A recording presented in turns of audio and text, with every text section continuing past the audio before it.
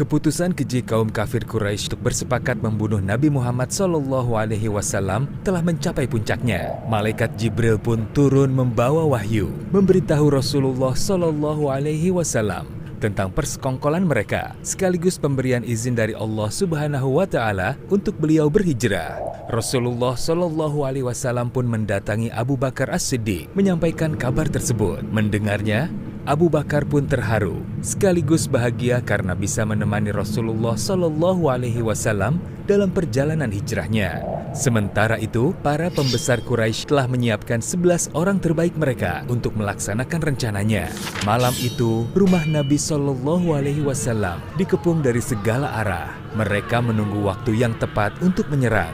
Namun, Allah Subhanahu wa Ta'ala Maha Pelindung. Di tangannya urusan langit dan bumi. Dia menetapkan janji yang telah difirmankannya.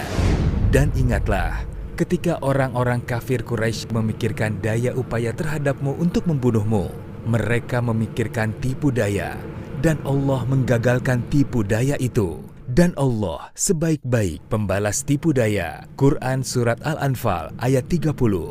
Rasulullah SAW berkata kepada Ali bin Abi Thalib untuk tidur di tempat tidurnya dan menyelimuti tubuhnya dengan selimut yang biasa Rasulullah pakai. Lalu beliau pun keluar.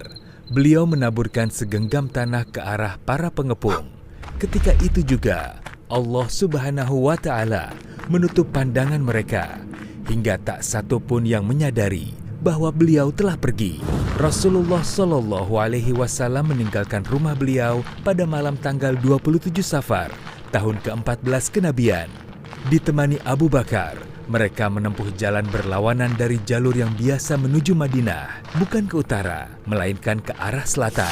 Beliau berjalan sepanjang 15 mil, hingga akhirnya sampai ke sebuah bukit terjal yang dikenal sebagai Gua Thur. Di dalam gua, Rasulullah beristirahat di pangkuan Abu Bakar. Lalu, beliau tertidur. Tiba-tiba seekor binatang berbisa menyengat kaki Abu Bakar. Abu Bakar tak berani bergerak sedikit pun, karena khawatir membangunkan Rasulullah SAW.